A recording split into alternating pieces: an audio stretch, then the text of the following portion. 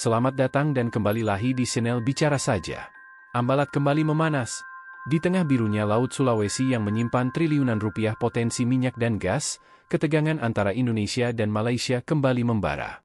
Ketika kapal-kapal militer mulai bermanuver dan suara drone tak dikenal terdengar di langit sebatik, Indonesia di bawah kepemimpinan Prabowo Subianto bersiap menghadapi segala kemungkinan, termasuk perang. Namun dari Kuala Lumpur, Perdana Menteri Anwar Ibrahim memilih langkah diplomatik, menenangkan parlemen dan rakyatnya yang mulai meradang. Di balik ketegasan dan kecaman, dua pemimpin ini mempertaruhkan lebih dari sekadar kedaulatan, mereka mempertaruhkan masa depan kawasan. Inilah kisah 8 hari yang menguji kesabaran, strategi, dan harga diri dua bangsa bertetangga. Langit Laut Sulawesi berwarna kelabu pagi itu. Ombak kecil memukul lambung kapal KRI Wibisana 378, salah satu kapal cepat milik TNI AL yang sedang melaksanakan patroli rutin di kawasan Ambalat. Kapten Dery Mahendra menatap layar radar di ruang komando. Ada satu objek asing yang bergerak mendekat dari arah barat laut. Pak, sinyal dari kapal asing. Ukurannya 80 meter. Identifikasi sebagai KD Selangor milik TLDM, Tentara Laut Diraja Malaysia, ujar Letnan Rian dengan nada tegang. Kapten Dery segera mengaktifkan radio komunikasi jarak pendek. KD Selangor, Anda memasuki wilayah perairan Indonesia. Harap segera keluar dari zona ini. Namun suara yang datang dari radio justru membuat semua orang di ruang kendali membeku. Ini adalah wilayah Malaysia. Kami melakukan patroli rutin. Silakan menjauh jika tak ingin terjadi insiden. Seketika itu juga, sirine alarm diaktifkan. Awak kapal TNI bersiap di posisi tempur. Meriam otomatis dinyalakan, rudal diarahkan dalam mode siaga. Namun tak ada peluru yang ditembakkan. Belum. Di Surabaya, Laksamana Muda Ardi Satya menerima laporan langsung dari KRI Wibisana. Ia segera menghubungi kantor kepresidenan di Jakarta. Presiden Prabowo yang baru saja pulang dari kunjungan ke Kalimantan Timur menerima laporan tersebut dengan rahang mengeras. Kirim 2 kapal tambahan dari Koarmada 2. Jangan biarkan mereka lenggang.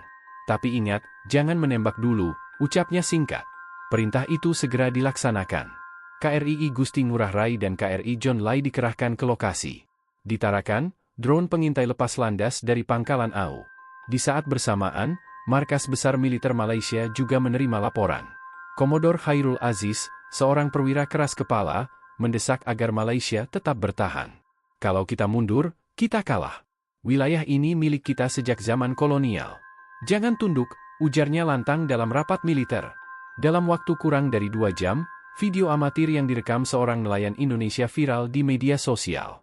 Dalam video berdurasi 53 detik itu, terlihat 2 kapal perang besar saling berhadapan, hanya dipisahkan jarak sekitar 1,5 mil laut.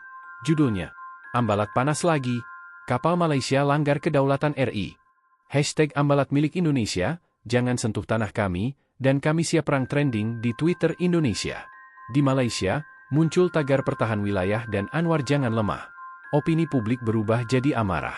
Di beberapa kota Indonesia, ormas dan mahasiswa mulai turun ke jalan. Di Malaysia, tokoh oposisi mengecam Anwar sebagai PM penakut. 2 negara mulai memainkan perang informasi. Di ruang gelap di Jakarta, Badan Intelijen Strategis, BAIS, mendeteksi pergerakan drone Cina di wilayah sekitar Laut Sulu. Ada kemungkinan pihak asing sengaja menyulut konflik untuk melemahkan ASEAN dari dalam. Sementara itu, intelijen Malaysia juga mencurigai bahwa beberapa nelayan mereka didanai oleh aktor luar negeri untuk berani masuk ke zona sengketa demi provokasi. Sebuah laporan rahasia mendarat di meja Presiden Prabowo. Kemungkinan pihak ketiga mengincar ketidakstabilan. Jangan terpancing. Sore itu, Istana Merdeka menggelar jumpa pers nasional. Presiden Prabowo berdiri dengan wajah tegas. Kami tidak akan menyerang. Tapi kami juga tidak akan mundur. Ambalat adalah wilayah Indonesia. Kami menjunjung tinggi hukum internasional, tapi kami siap mempertahankan tanah air sampai titik darah terakhir. Sambutan rakyat Indonesia luar biasa. Namun, diam-diam Prabowo menghubungi Menlu dan Kepala BIN. Ia sadar, ini bukan soal siapa yang lebih kuat. Ini tentang bagaimana menjaga kedaulatan tanpa menyalakan api perang. Anwar Ibrahim, yang sepanjang hari bungkam, akhirnya buka suara dari kantor Perdana Menteri Malaysia. Dengan wajah tenang namun mata yang menyiratkan tekanan berat, ia menyampaikan pernyataan resmi. Malaysia menjunjung prinsip damai dan dialog. Ambalat adalah isu historis. Kami tidak akan mundur dari prinsip kami, Tapi kami juga tidak ingin satu peluru pun ditembakkan. Tapi tidak semua senang. Parlemen Malaysia langsung gaduh. Oposisi menuntut agar Anwar menunjukkan gigi. Sebagian pendukung militer Malaysia menuduh Anwar sudah bertekuk lutut. Ambalat kembali menjadi bara api yang bisa membakar relasi Indonesia-Malaysia. Armada laut terus berjaga. Pasukan khusus disiagakan. Kedua negara saling pantau dari kejauhan. Namun, di balik semua ketegangan itu, dua pemimpin, Prabowo Subianto dan Anwar Ibrahim, mulai menyadari bahwa satu langkah salah, satu peluru melesat, bisa berarti perang besar di Asia Tenggara. Pertanyaan besar kini menggantung di atas gelombang Laut Sulawesi. Akankah mereka menjaga api tetap padam? Atau kita akan menyaksikan sejarah berdarah dimulai dari percikan kecil yang tak dikendalikan? Gedung Parlemen Malaysia terlihat megah dari luar, tetapi di dalamnya, api kemarahan mulai menyala.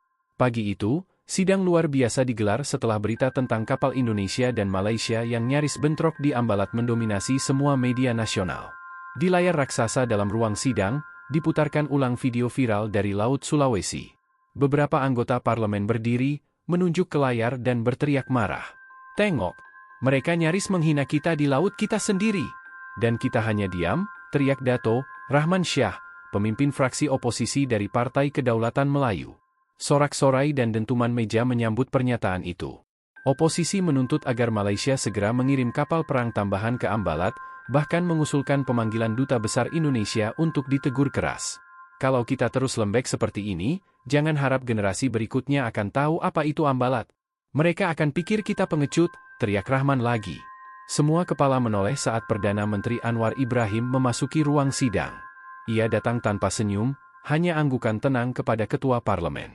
Saat mikrofon disiapkan, ruangan langsung hening. Semua menanti apakah Anwar akan mengeraskan sikap atau kembali berbicara soal diplomasi.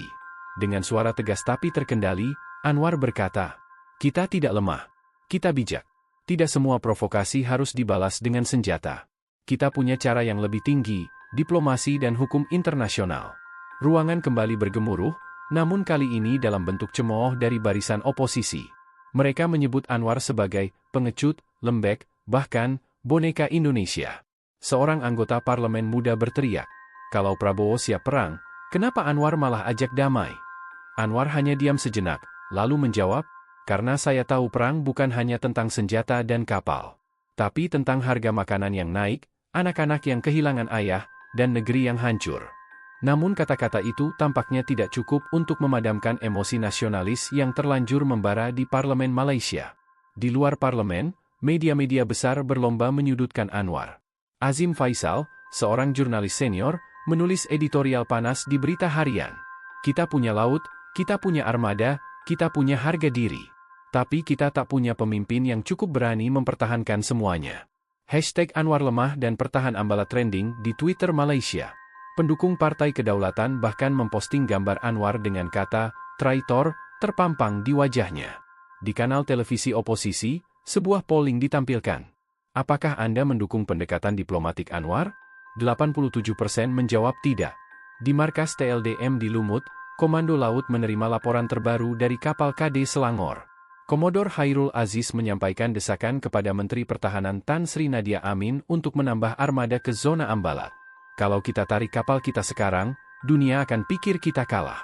Kami di lapangan tidak akan bisa menjawab jika rakyat mulai bertanya, kenapa kita biarkan kapal Indonesia menguasai laut kita." Tan Sri Nadia, perempuan yang keras dan patriotik, memahami posisi Anwar. Namun ia juga tahu, jika tekanan ini tak ditangani, militer bisa bergerak sendiri. Ia menelepon Anwar sore itu. "Saya bisa tahan mereka hari ini, Datuk Seri. Tapi jika situasi tidak dibalik, saya tak yakin besok mereka masih mau diam." Di tengah semua tekanan itu, Anwar Ibrahim melakukan panggilan rahasia kepada Presiden Prabowo. Pembicaraan itu tidak dipublikasikan. Tapi menurut sumber dari kantor PM, pembicaraan itu berjalan panas dan emosional. Anwar berkata, "Saya sedang diseret ke jurang perang, Pak Prabowo. Kalau Anda bisa bantu turunkan suhu, saya juga akan jaga agar ini tidak meledak." Prabowo menjawab tenang, "Saya bisa tarik kapal. Tapi saya butuh komitmen Anda di depan publik, bahwa Malaysia tidak akan mengklaim sepihak wilayah itu lagi." Keduanya tahu, menyenangkan rakyat sembari menghindari perang adalah hal yang nyaris mustahil. Tapi mereka juga tahu, satu ledakan di Ambalat, dan semua akan hancur. Meski suara bising oposisi menguasai dunia maya, di akar rumput mulai muncul suara-suara yang lebih tenang. Sejumlah tokoh agama, seniman, dan akademisi menyerukan dukungan terhadap Anwar. Sebuah petisi online yang diberi judul, "Kami Dukung Diplomasi, Bukan Darah," mulai menyebar, ditandatangani oleh ribuan orang dalam waktu 2 hari.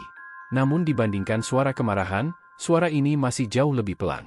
Di kampus-kampus, mahasiswa mulai berdiskusi, apakah diplomasi tanda lemah, atau justru kekuatan sejati?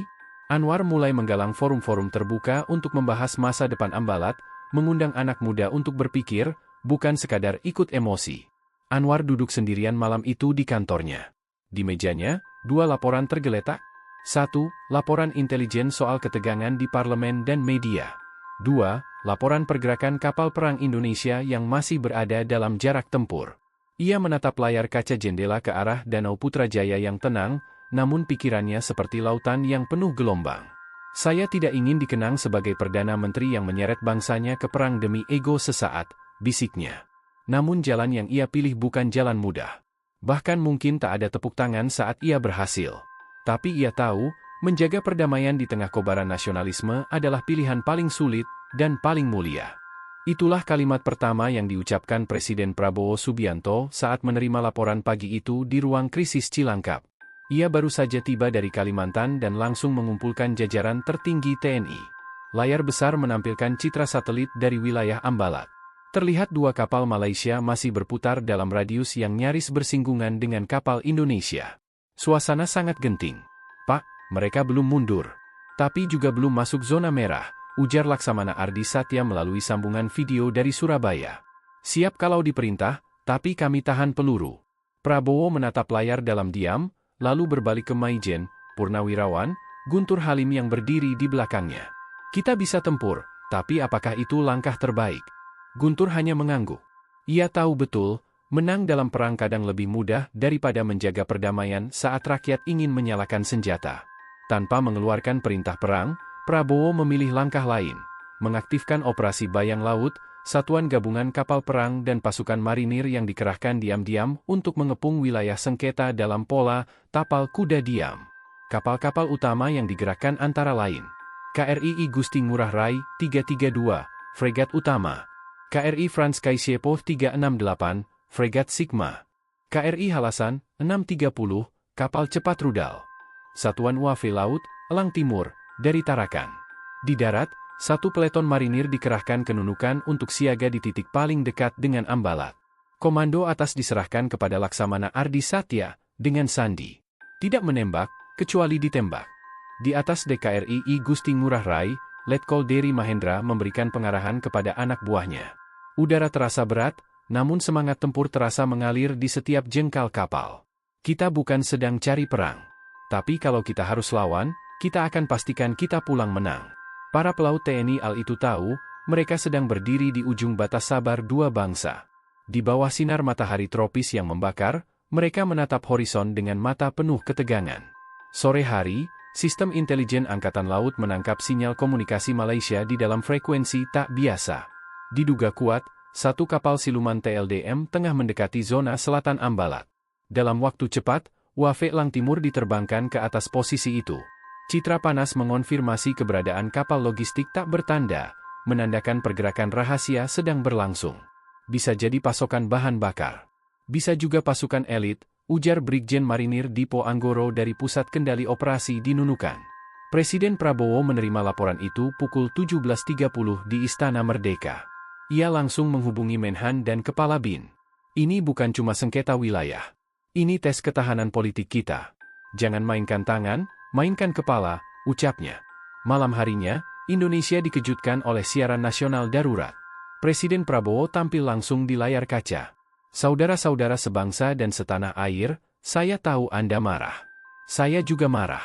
Tapi kita bangsa besar. Kita tahu kapan berdiri. Kita tahu kapan bicara. Saat ini, TNI kita sedang menjaga batas. Tapi kita tidak akan sembarangan melepaskan tembakan." Ia juga menyampaikan bahwa Indonesia siap membawa kasus Ambalat ke Mahkamah Internasional jika Malaysia tidak menghormati batas diplomasi. Pidato itu mendapat tepuk tangan luas dari rakyat. Namun juga memicu reaksi keras di Malaysia.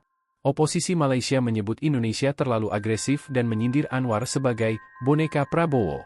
Di Putrajaya, Perdana Menteri Anwar Ibrahim menghadapi situasi sulit.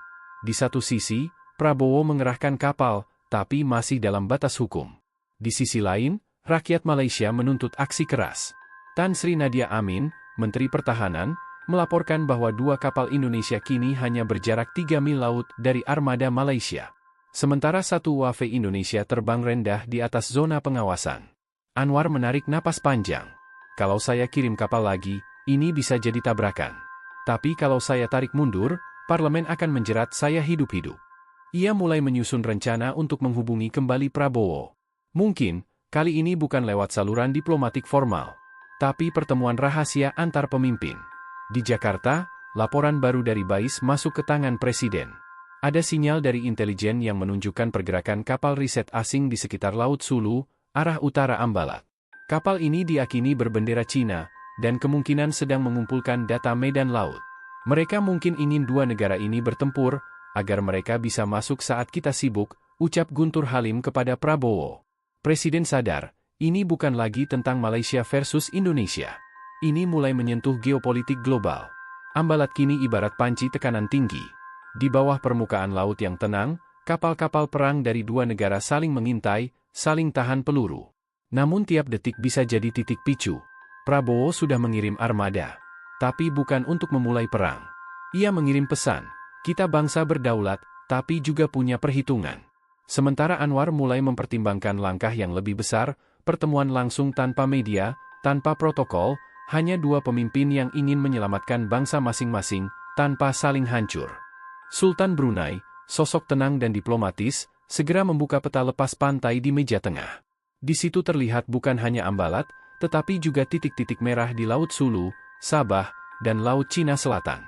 Tahukah kalian, ada kapal riset tak dikenal melintasi area ini 3 kali dalam 2 minggu terakhir? Anwar mengangguk. Ia tahu soal itu. Prabowo lebih waspada. Kami menduga ada pihak asing yang ingin 2 negara ini bertikai. Cina? Atau mungkin perusahaan tambang dari luar kawasan. Sultan Bolkiah menunduk, lalu berkata, sementara kalian bertengkar soal batas, mereka mengukur kedalaman, mengatur sonar, dan membangun skenario mereka sendiri. Diam-diam, baik Prabowo maupun Anwar sadar, pertemuan ini bukan hanya soal menghindari perang, tetapi juga soal menyelamatkan kedaulatan regional dari permainan kekuatan besar. Sementara itu, di KRI Frans Kaisiepo, Letkol Deri Mahendra menerima laporan dari WAV bahwa kapal siluman Malaysia, KD Keris, berada dalam jarak 2 mil laut. Tak ada sinyal radio. Namun mesin termal menunjukkan aktivitas radar tinggi. Mereka tutup komunikasi. Ini manuver diam, ujar operator sonar.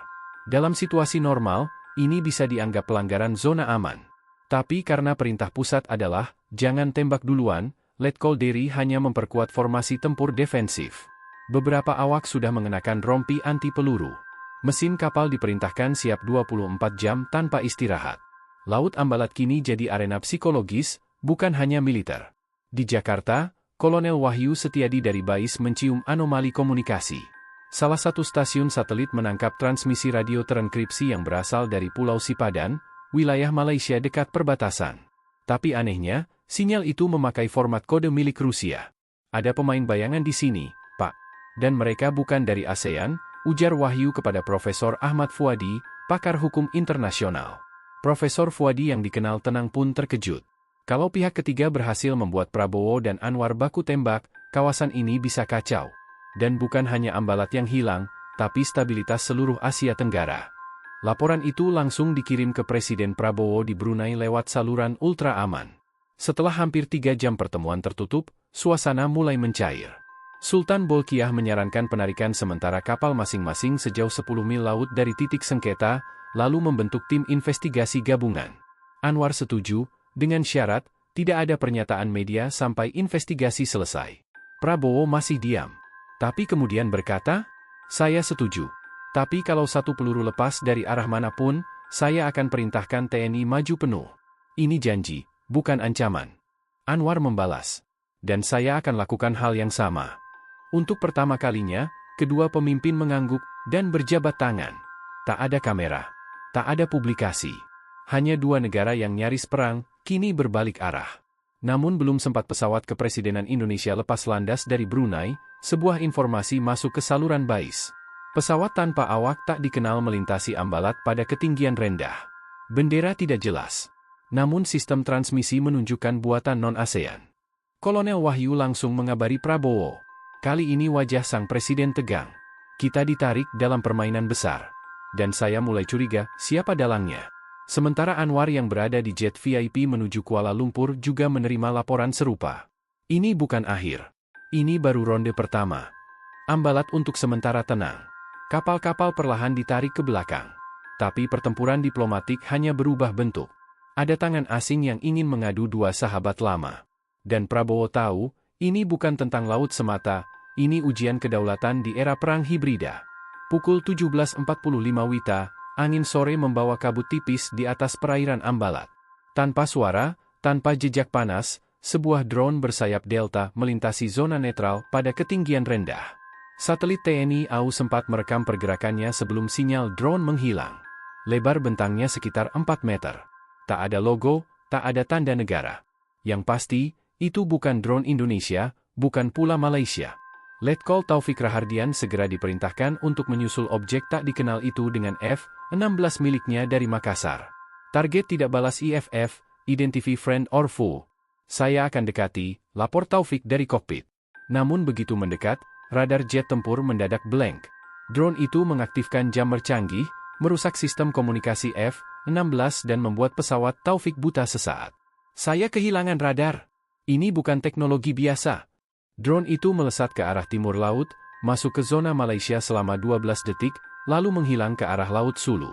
Di Putrajaya, PM Anwar Ibrahim langsung mengadakan pertemuan darurat terbatas setelah mendapat laporan militer. Ironisnya, drone itu sempat terekam sistem pertahanan udara Malaysia namun juga dianggap bukan milik mereka. Jika bukan Indonesia, dan bukan Malaysia, siapa? Tanya Anwar serius. Inspektur Ismail Rahmat, Kepala Siber Pertahanan Malaysia, menunjukkan sesuatu yang menggelitik. Drone itu memakai sistem transmisi yang pernah digunakan milisi proksi di Myanmar dan Teluk Aden. Bisa jadi ini operasi proxy warfare. Kecurigaan mulai mengarah ke aktor non-negara atau negara besar yang bermain dari balik layar. Di Istana Negara, Presiden Prabowo menerima laporan penuh dari BAIS. Bapak, kita mendeteksi kemungkinan pendaratan drone itu di Pulau Kosong dekat Kalimantan Utara. Tapi anehnya, wilayah itu dulunya pernah dijajaki oleh perusahaan tambang asing dari Eropa Timur. Brigjen Syamsul Hadi, Deputi Operasi BAIS, menunjukkan peta rute drone. Lintasannya seperti misi uji sistem. Mereka sedang uji reaksi kita. Prabowo mengetuk meja. Kirimi sinyal, Indonesia tak bisa dianggap medan percobaan. Siagakan F-16 dan kapal cepat di Ambalat. Kalau drone berikutnya muncul, lumpuhkan. Sementara itu, Sersan Riko, teknisi UAV Malaysia di Sabah, merasa ada anomali dalam sistem radar malam itu. Dalam log sistem, terdeteksi sempat ada sinkronisasi perangkat lunak asing 15 menit sebelum drone lewat. Tapi, file itu kemudian otomatis terhapus. Ini bukan bug biasa. Ini penghapusan aktif. Seolah ada orang dalam atau backdoor dari luar yang sengaja bersihkan jejak. Ia mengajukan laporan internal. Tapi atasannya tak menggubris. Riko mulai takut. Ia tahu kalau terus mencari tahu, ia bisa dibungkam. 3 hari setelah insiden drone misterius, TNI AU mengerahkan 2 UAV elang hitam untuk patroli mendalam, menyisir jalur drone sebelumnya. Tapi kali ini, bukan sekadar mengamati. Di bawah komando Letkol Taufik dan tim BAIS, UAV dilengkapi perangkat sniffer sinyal yang bisa memancing sinyal serupa. Mereka ingin memancing si pengendali keluar. Jam 2.37 dini hari, sinyal serupa muncul kembali. Tapi sebelum bisa dikunci, sinyal itu melompat ke satelit komersial milik perusahaan Rusia, lalu lenyap. Mereka bukan amatir. Ini sistem profesional. Operasi mereka sangat presisi, lapor Letkol Taufik.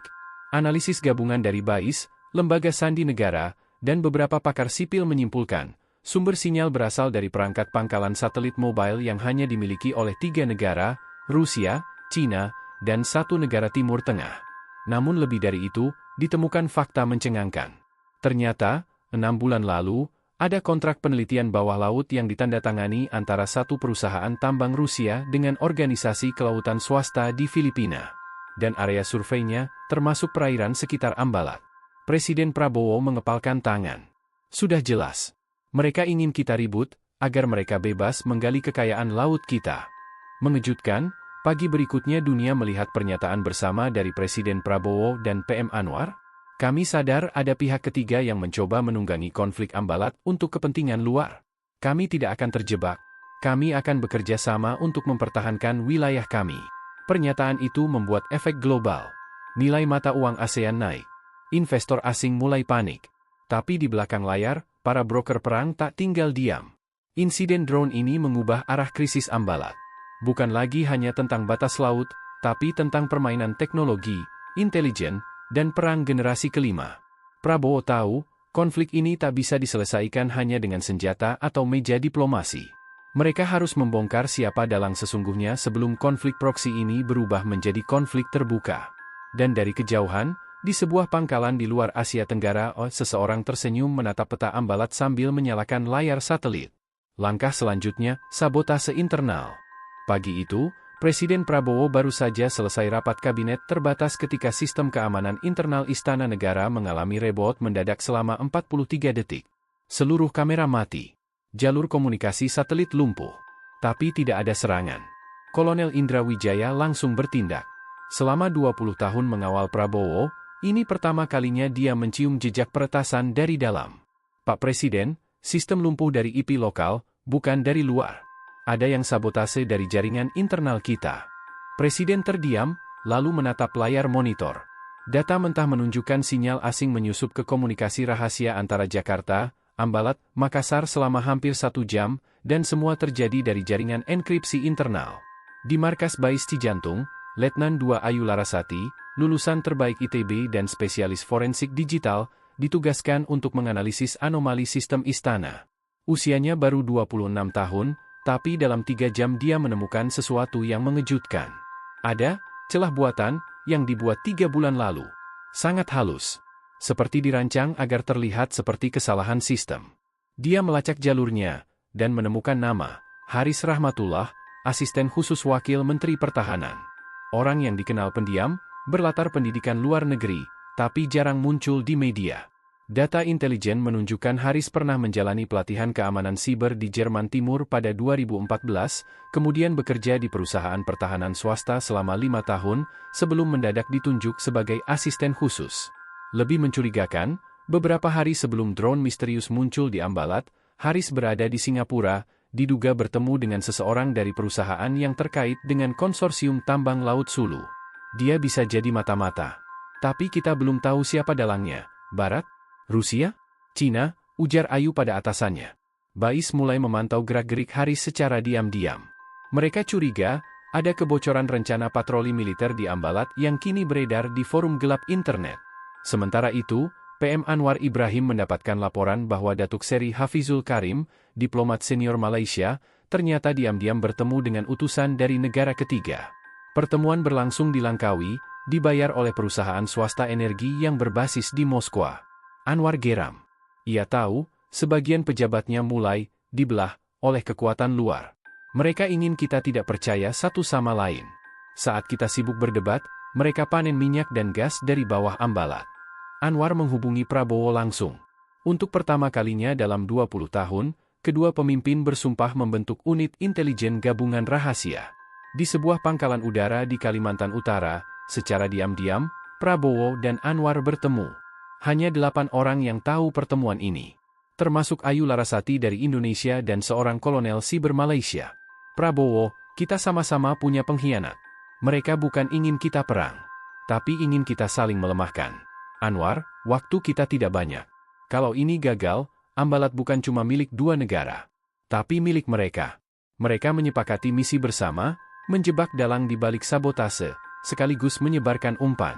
Prabowo setuju melempar informasi palsu, akan ada uji rudal taktis di Ambalat. Tujuannya, melihat siapa yang membocorkannya. 3 hari setelah rencana palsu diumumkan hanya di lingkaran sangat terbatas, informasi itu muncul di forum intelijen Rusia, lengkap dengan koordinat waktu dan target sasaran. Presiden Prabowo langsung memanggil Kolonel Indra dan Ayu. Tangkap Haris. Jangan sampai bocor ke publik. Dan pastikan tidak ada satupun dari lingkaran saya yang berkhianat lagi. Dalam penangkapan yang senyap, Haris akhirnya ditahan Bais. Ditemukan flashdisk terenkripsi, dokumen berbahasa Rusia, dan skema alur komunikasi internal istana. Lebih mengejutkan lagi, ada komunikasi tersandi dengan satu tokoh oposisi Indonesia. Presiden Prabowo membaca laporan rahasia itu dengan wajah muram. Ada nama besar di balik skema sabotase ini, tokoh politik senior, mantan menteri, kini menjadi penggerak kelompok oposisi. Ternyata bukan cuma negara asing. Ada yang ingin melemahkan kepemimpinan saya dari dalam. Memecah rakyat, lalu menjual laut kita ke mereka. Kini jelas, konflik Ambalat bukan lagi tentang dua negara, melainkan tentang Indonesia melawan infiltrasi global dan pengkhianatan internal. Ambalat bukan cuma soal blok laut. Ini adalah medan perang hibrida, di mana musuh tak memakai seragam, dan pelurunya adalah informasi yang bocor. Prabowo menatap langit Kalimantan. Perang ini tak lagi menunggu dentuman meriam. Tapi siapa yang bisa bertahan dari sabotase, itulah pemenangnya. Dan saat malam menutup langit Ambalat, drone siluman kembali muncul, lebih besar, lebih cepat, dan kali ini, membawa muatan. Pukul 2.46 dini hari, sistem radar utama di pangkalan TNI Al Pulau Sebatik menangkap sinyal mencurigakan. 3 objek tak dikenal melintas dari arah utara menuju perairan Ambalat dengan pola zigzag, manuver menghindari deteksi radar. Laksamana Muda Denny langsung mengaktifkan status merah 1. Semua personel dikunci dalam posisi tempur. Pos Ligitan, Sipadan, dan pangkalan udara Nunukan diperintahkan siaga penuh. Kalau itu drone tempur asing, dan kita tembak, ini bisa jadi pemicu perang, gumam Denny sambil menatap layar radar. Mayor Handoko di Ligitan memerintahkan 4 kapal cepat celurit Class memotong jalur pergerakan objek asing tersebut, sementara drone militer Indonesia, dipiloti Kapten Farid Rahman, diterbangkan dari Palu untuk pengintaian jarak jauh. Pukul 3.21 waktu Indonesia Barat. Sebuah ledakan besar mengguncang gudang logistik TNI di Pulau Sebatik. Api membubung setinggi 25 meter.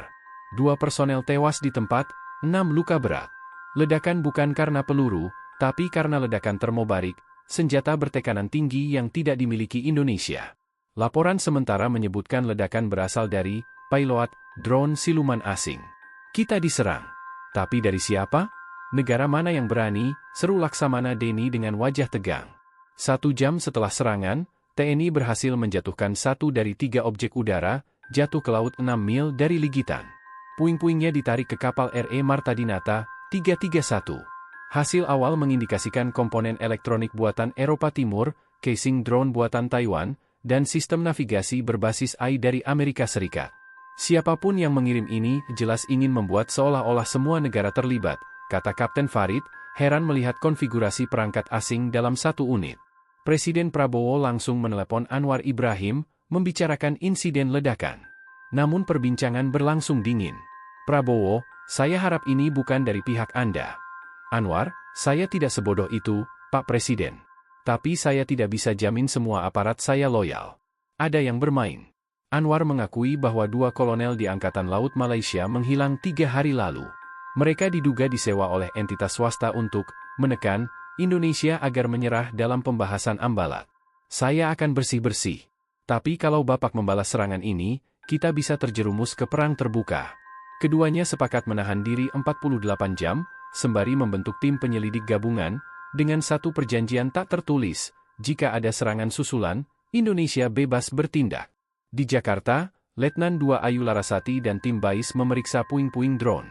Ia menemukan bahwa perangkat lunak drone memiliki algoritma pengalihan sinyal, mampu membuat drone tampak berasal dari negara tertentu berdasarkan tanda radar palsu. Ini bukan perang Indonesia, Malaysia. Ini adalah proxy war. Ada pihak ketiga yang ingin kita saling hancur, jelas Ayu pada Kolonel Indra Wijaya. Mereka menyimpulkan, serangan itu dimaksudkan untuk memicu Indonesia agar menyerang balik Malaysia. Dan jika itu terjadi, blok energi Ambalat akan dilepas ke tangan korporasi asing yang telah lama mengincarnya. Presiden Prabowo memerintahkan operasi langkah elang, misi intelijen dan militer terbatas untuk 1. Menyusup ke markas rahasia kelompok bayangan di sekitar Laut Sulu. 2. Menangkap atau menetralisir operator drone. 3. Mengungkap aktor di balik serangan ini, negara, kelompok, atau korporasi. Unit Kopassus dikirim menyamar sebagai nelayan ke Kepulauan Sulu, Filipina Selatan. Bersamaan, 1 kapal selam KRI Nanggala 402B diaktifkan dalam mode senyap untuk patroli di Ambalat. Laksamana Muda Denny bersiap mengumumkan status tempur terbatas, memberi izin pada unit pertahanan untuk menembak objek tak dikenal tanpa perlu persetujuan pusat. Di medan politik, tekanan publik meningkat. Tagar bela Ambalat menjadi trending di Indonesia. Oposisi menuduh presiden terlalu lambat, sedangkan kelompok sipil mendesak agar Indonesia menempuh jalur damai. Namun Prabowo, dalam rapat terbatas, berkata dengan suara lantang, "Kita bukan bangsa yang cari perang. Tapi jika kita dipaksa mundur dari tanah air sendiri, kita akan lawan. Apapun risikonya." Dunia sedang berubah. Ambalat bukan lagi sekadar perebutan sumber daya. Ini tentang identitas bangsa, harga diri militer, dan kedaulatan politik. Dalam diam, para pemain asing menyusun bidak. Dan Indonesia berdiri di antara api dan bara. Drone-drone kembali muncul di radar keesokan malamnya. Tapi kali ini, jumlahnya 5. Laksamana Denny menghela napas. Kita harus siap. Ini bukan ujian. Ini awal dari perang. Pukul 2.13 dini hari. Sebuah kapal kecil tanpa bendera memasuki kawasan terpencil di Kepulauan Sulu. Di dalamnya, 8 personel Kopassus berpakaian sipil, dipimpin Letkol Wicaksono. Mereka menyamar sebagai nelayan dan menyusup ke salah satu pulau kecil yang diakini sebagai basis operator drone yang menyerang Pulau Sebatik beberapa malam lalu. Operasi ini tidak tercatat dalam laporan militer resmi. Jika tertangkap, mereka dianggap sebagai aktor non-negara. Misi kita jelas, tangkap pemimpin operasi, bawa pulang, dan bongkar siapa dalangnya. Tidak ada tembak-menembak kecuali terpaksa, kata Letkol Wicaksono, tajam. Sementara itu, di Jakarta, Kolonel Indra dan tim Bais membuat jebakan intelijen, menyebarkan informasi palsu lewat jalur komunikasi bawah tanah bahwa Indonesia akan menarik pasukan dari Ambalat karena tekanan internasional. Informasi ini dimaksudkan untuk memancing pihak musuh keluar dari persembunyian, agar mereka menurunkan pertahanan, dan terjebak. Kita tidak hanya perang senjata, tapi juga perang pikiran, ujar Indra. Pukul 4.47. Tim Kopassus menyusup ke gudang tua yang dijadikan markas musuh. Di dalamnya, mereka menemukan 5 drone bersenjata, alat komunikasi satelit, dan rekaman transaksi keuangan. Bukti jelas menunjukkan bahwa proyek ini dibiayai oleh konsorsium perusahaan minyak yang ingin memecah konflik Indonesia, Malaysia agar zona Ambalat dilepas ke tender internasional. Satu pria bertopeng, yang dikenal sebagai Ghost, mencoba kabur dengan speedboat. Letkol Wicaksono dan 2 anggota mengejarnya. Setelah pengejaran selama 12 menit, Ghost berhasil dilumpuhkan dan ditangkap hidup-hidup. Namun, 2 anggota Kopassus gugur akibat ranjau darat yang dipasang di perimeter. Setelah Ghost diinterogasi di lokasi rahasia di Nunukan, fakta menggemparkan terungkap. Saya tidak bekerja untuk Malaysia. Saya dikontrak oleh Tan Sri Hairul Nazim dari Petrogas Malaysia. Dia ingin kalian dan pemerintahnya saling bunuh. Nama Tan Sri Hairul, pengusaha minyak dan penasihat energi Malaysia, muncul sebagai dalang. Ia menyuap beberapa perwira tentara bayaran, membeli sistem drone ilegal, dan menciptakan situasi false flag agar 2 negara pecah perang. Tujuannya? Mengambil alih ladang minyak Ambalat lewat bursa internasional setelah konflik bersenjata meletus. PM Anwar Ibrahim mendapat tekanan luar biasa dari oposisi dan militer garis keras Malaysia. Namun ketika nama Hairul muncul, ia mengambil langkah berani, menangkap Hairul dan membekukan seluruh operasional Petrogas, termasuk proyek eksplorasi di Langkawi. Malaysia tidak akan jadi alat korporasi. Saya akan bersihkan ini, katanya dalam siaran langsung nasional. Langkah ini menuai kritik, tapi juga pujian internasional. Untuk pertama kalinya, Anwar menunjukkan ia memilih stabilitas Asia Tenggara daripada kepentingan kapitalis lokal. Presiden Prabowo menggelar konferensi pers internasional, didampingi Laksamana Denny dan Kolonel Indra. Kita tidak ingin perang. Tapi jika ada yang menyerang kedaulatan kami, secara diam-diam atau terang-terangan, kami akan cari dan hadapi. Ia juga menyebut bahwa zona Ambalat tetap milik Indonesia, dan akan dijaga bersama rakyat dan TNI. Namun, ia membuka ruang diplomasi baru untuk eksplorasi energi bersama ASEAN, dengan Indonesia sebagai pemegang kontrol utama. 2 minggu kemudian, setelah serangkaian negosiasi, Indonesia dan Malaysia menandatangani Perjanjian Ambalat 2030 di Bangkok. Indonesia tetap memegang wilayah laut Ambalat sepenuhnya. Malaysia diizinkan ikut serta dalam eksplorasi sumber daya dengan sistem bagi hasil. ASEAN membentuk satuan pengawasan bersama untuk mencegah konflik masa depan. Kita tidak perlu berdarah untuk menunjukkan kekuatan. Cukup buktikan bahwa kita tidak takut, ujar Prabowo setelah menandatangani dokumen. Di pos Pulau Sebatik, Letkol Wicaksono berdiri di hadapan makam dua anggota timnya yang gugur.